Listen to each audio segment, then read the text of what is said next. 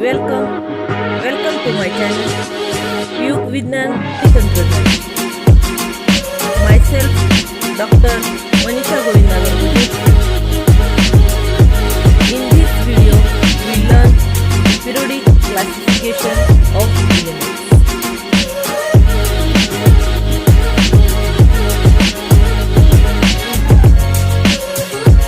नमस्कार बच्चों, खास तौर पर यह वीडियो मैंने सेमी इंग्लिश और इंग्लिश मीडियम के बच्चों के लिए बनाया है. यहाँ पे देखो, पीरियोडिक क्लासिफिकेशन ऑफ एलिमेंट्स. इस चैप्टर में हमें elements and their classification, Dobereiner's triads, Newlands law of octave, Mendeleev's periodic table and modern periodic table, इसके बारे में पढ़ाई करनी है. तो सबसे पहले हमें यहाँ पे जो 4 क्वेश्चंस है उसके बारे में हम देखेंगे. देखो यहाँ पे पहला क्वेश्चन क्या है, what are the types of matter. Second one is the what are the types of element. Third one what are the smallest particle of matter called.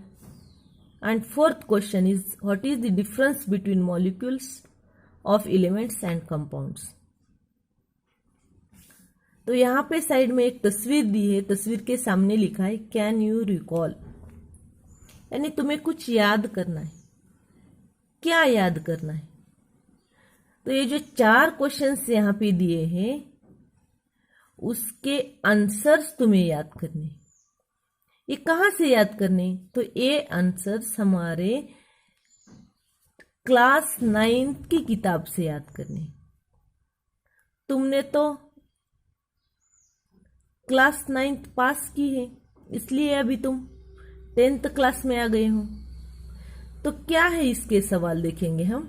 तो पहला क्वेश्चन है हमारा what are the types of matter, यानी matter के कितने प्रकार हैं, कौन कौन से प्रकार हैं.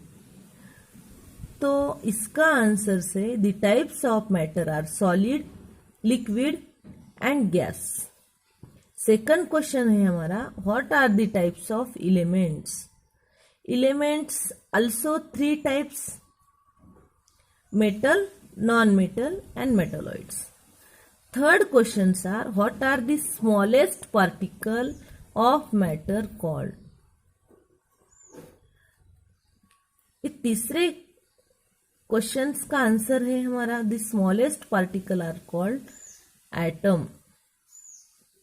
और लास्ट क्वेश्चन, चौथा सवाल है what is the difference between the molecules of element and compounds. Element और कंपाउंड में क्या फर्क है, दोनों में क्या डिफरेंस है,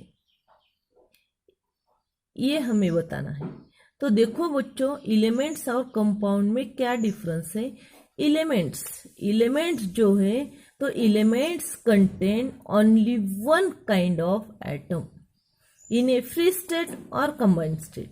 और जो कंपाउंड होता है वो compound produce by chemical reaction of 2 और मोर एलिमेंट्स. यहाँ पे देखो बच्चों, हमें क्लासिफिकेशन ऑफ एलिमेंट से स्टार्ट करना है. यह क्लासिफिकेशन ऑफ एलिमेंट.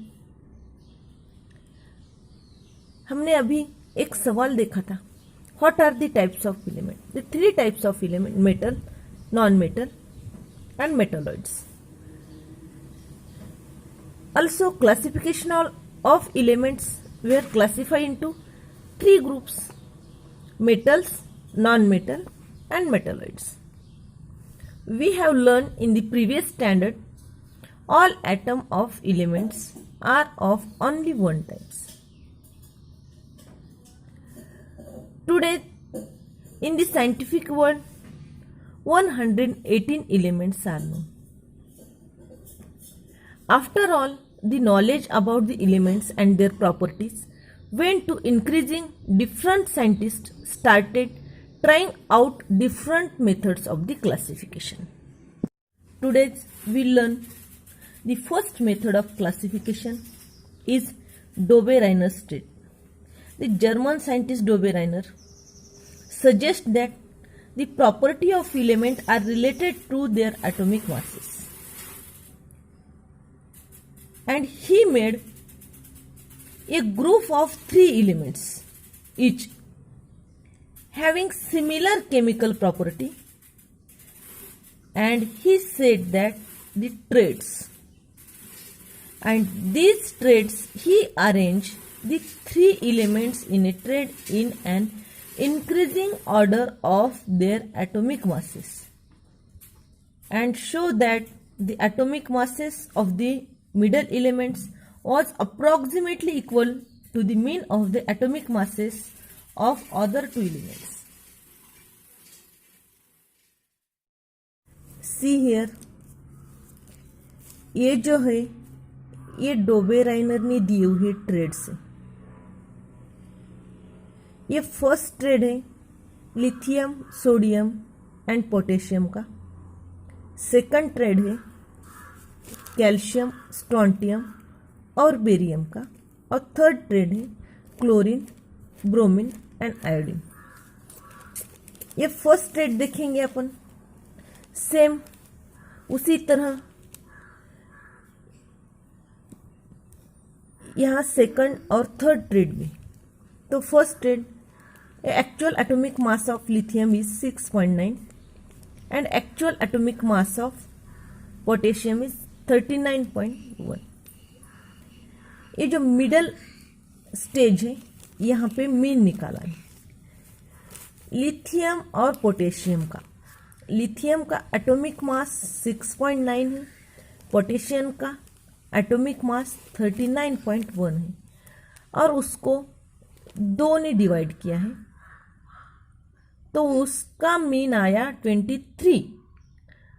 तो हम सभी को पता है कि 23 ये जो एटॉमिक मास है वो है सोडियम का।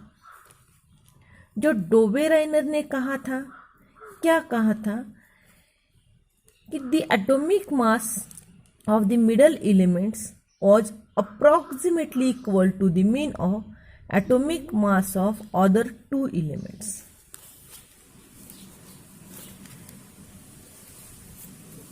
However, all the known elements could not be classified into Döbener state.